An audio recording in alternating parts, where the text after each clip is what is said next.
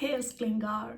So I'm back with another video. I have not been filming much this week because I've been very busy with the project that I've been working on, and I'm just going to show you because I'm so proud of this. It's an oil painting that I did and it's gorgeous.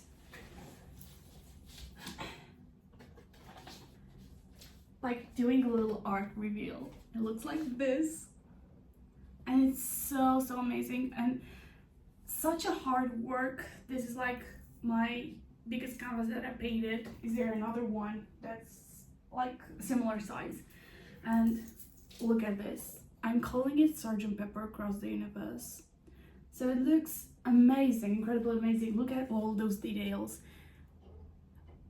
I just had to start this vlog with showing you this oil painting because I've been working so hard for it and it would have been a pity if not showing you.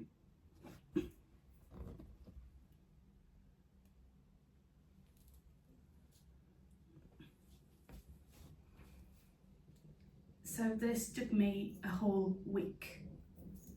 I finished it yesterday.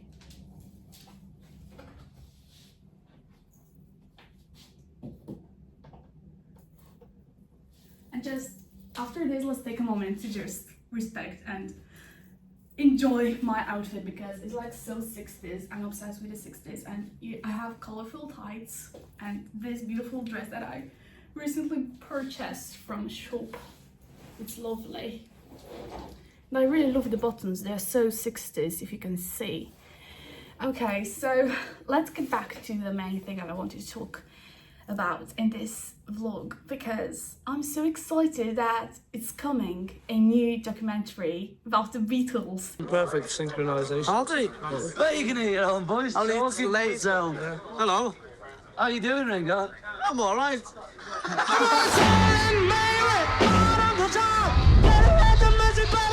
We were just like, we're in America. America. It's great being here in New York. Okay. Washington. Oh, is that the place? I don't know. Washington. I'm just moving so fast. They wanted to know everything about America, the food, the groups, the dancing, and they loved it. It was like being in the eye of a hurricane. It was happening to us, and it was hard to see. They were the first white group that I'd ever heard in my life. Say, yeah, we grew up listening to black music. We think they're just great, especially their hair too. I think there's something very strange about it at the same time, something very sick. My sister had the radio on, and I heard the Beatles. It's like total darkness. And then the light comes on. I was like, oh my God, something for us. We could get the camera down on this mic, it'd be a real laugh. How about go on? Defy convention. I think the craziness was going on in the world and in the band. You know, we were kind of normal and the rest of the world was crazy. Everybody got into the mania whenever the Beatles came to town. When we came, it was quite shortly after Kennedy had been assassinated. Maybe America needed something like the Beatles to be lifted out of sorrow.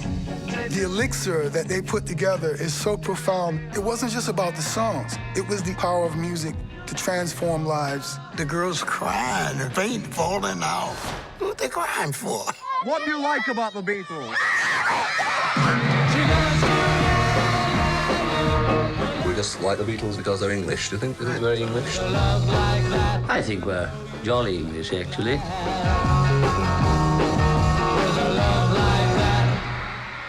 You know you should be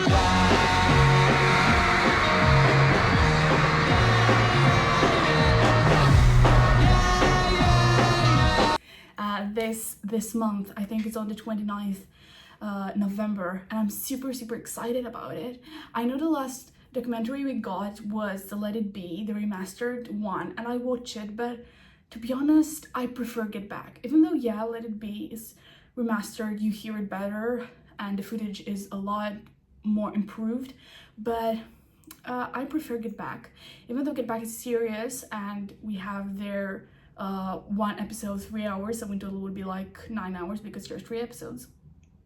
But in Get Back, we can see a lot of their like personal lives, how they created the album, their last album, the rooftop concert, and also there are a lot of like important details that they are cut off and missed in the Let It Be Remastered one that we have on Disney Plus. And yeah, I'm just super excited to see this one. It's the Beatles, this documentary that will come out this November. The Beatles in 1964, when they were for the first time in America, and I'm just super excited to see it because I mean it's such an amazing period of time now to be a Beatlemaniac, because we not only have documentaries, improved documentaries and new footage about the Beatles, we also have, yesterday it was the 50th anniversary of Living in the Material World, George Harrison, and also they've been nominated, the Beatles, with Now and Then, for the Grammys in 2025, so I'm just super excited about it. And also John Lennon with the remastered album Mind Games.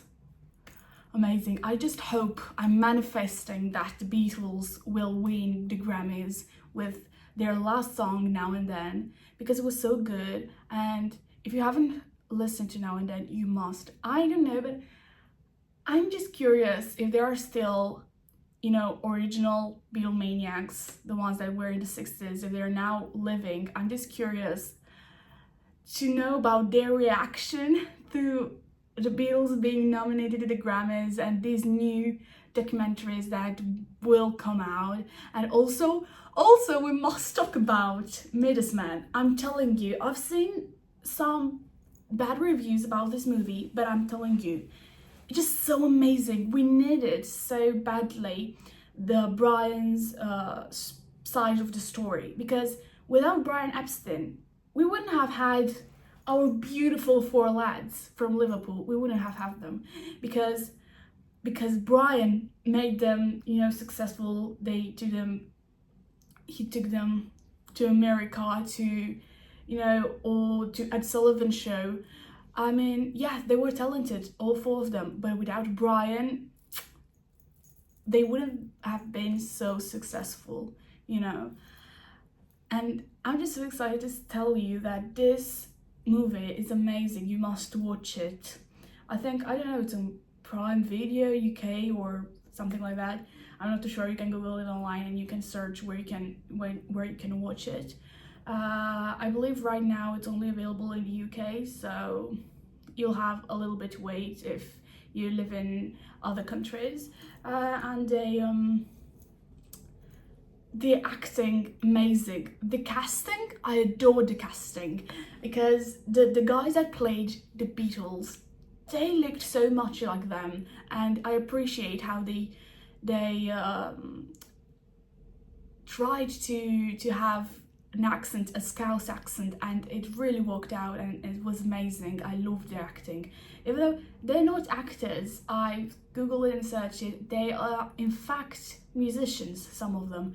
And I just loved the movie so badly, and you must watch it if you're a Beatlemaniac. I mean, it's, I think, the first movie when we see the Brian's side of the story, and it's a must watch because you learn a lot of things. You know, we've watched a lot of, we have a lot of documentaries about the Beatles, about Paul McCartney, about George Harrison, John Lennon and Ringo Starr, but I think this is the first drama documentary, you know, because it's not like a documentary but also like a film combined, and it's the first one about Brian Epstein. And these guys did an amazing job. At some point when I watched the movie, I think it's 2 hours and a half or something like that, I completely forgot that those guys were the Beatles, and I was laughing and smiling so hard, and at the time my brain said, they're not the Beatles, but they did an amazing job. And I loved this movie, and the casting, perfect.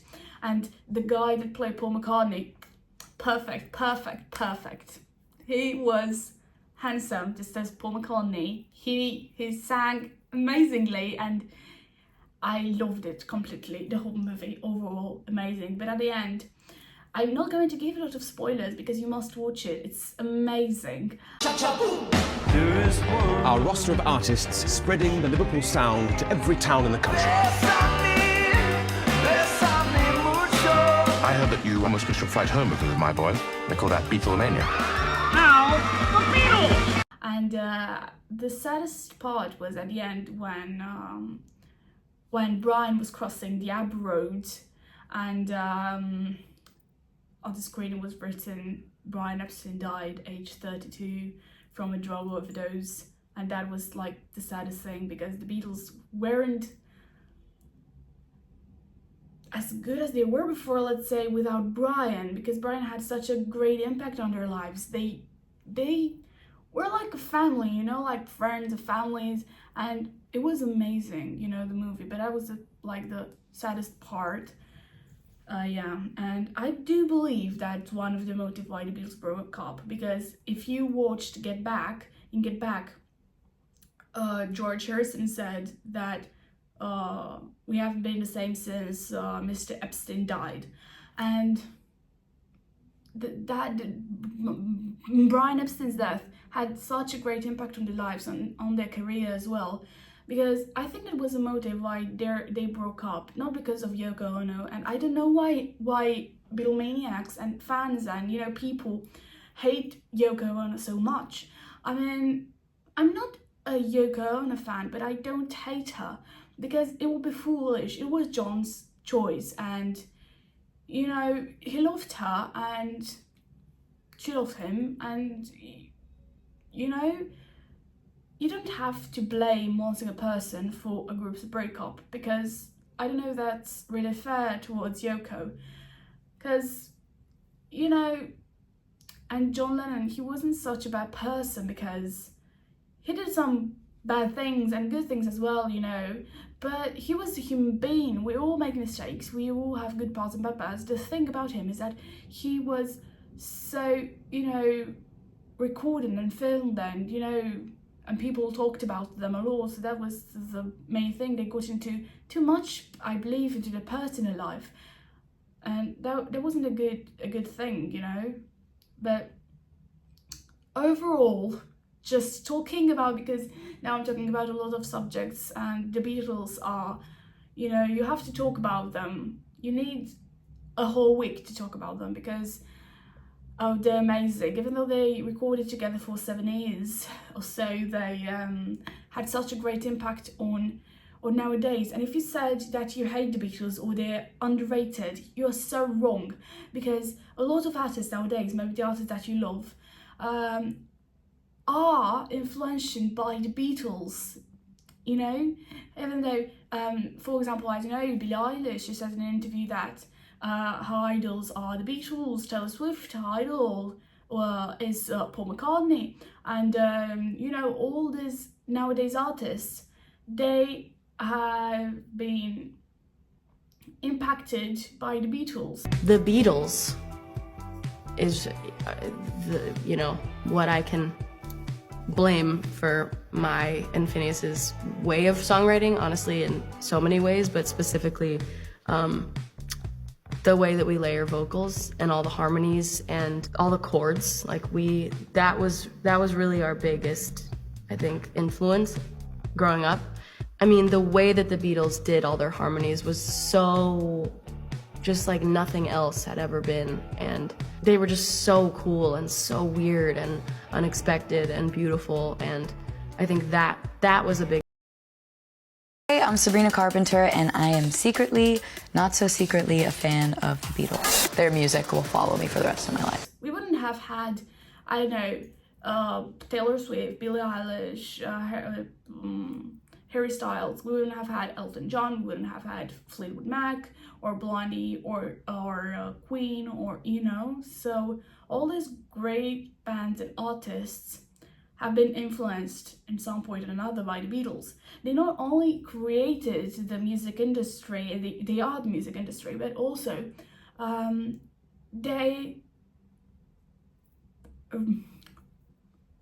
made also, like, changed our society, you know. If it wasn't for the Beatles, I don't think we would have dressed up right now how we are dressing, how people are dressing, because the Beatles change also the fashion. And I've got here a book that I recommended to you. You must read it.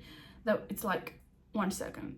Okay, so it's this book, Fashioning the Beatles, the Looks That Shook the World. It looks like this. It's a hardcover, and here you go through all the Beatles areas that they had, from mop tops with suits like you see there to psychedelic Sgt. Pepper. I have their poster, I don't know if you can see it, it's right there.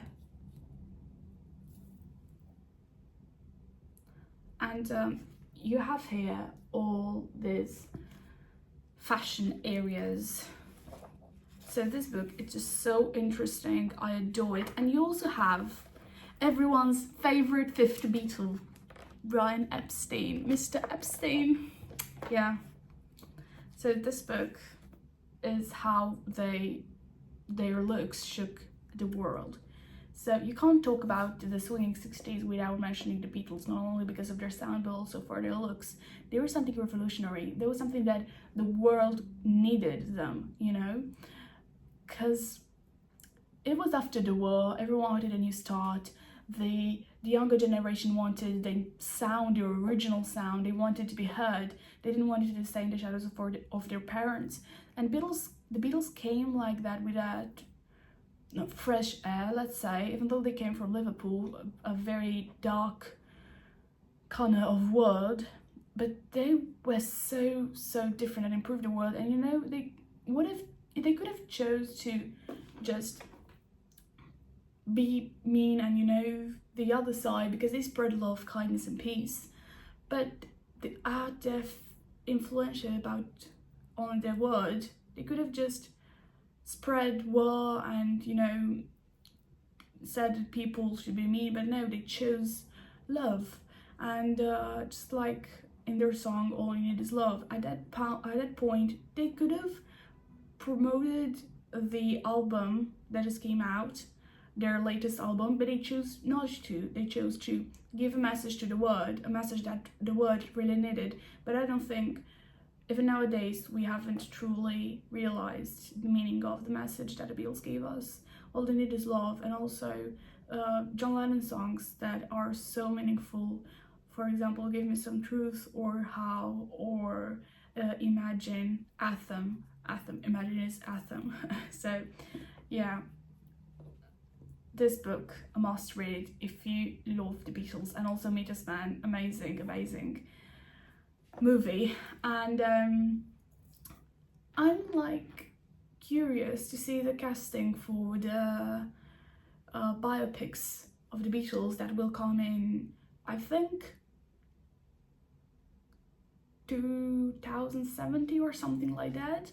So it'll be biopic of each Beatle, you know, like Paul McCartney, John Lennon, George Harrison and Ringo Starr. They have different biopics, and I'm just so curious who will be casted in these biopics, because I was so contented and happy and glad with the casting for Midas Man. Just right and cute, perfect casting, perfect acting, amazing story.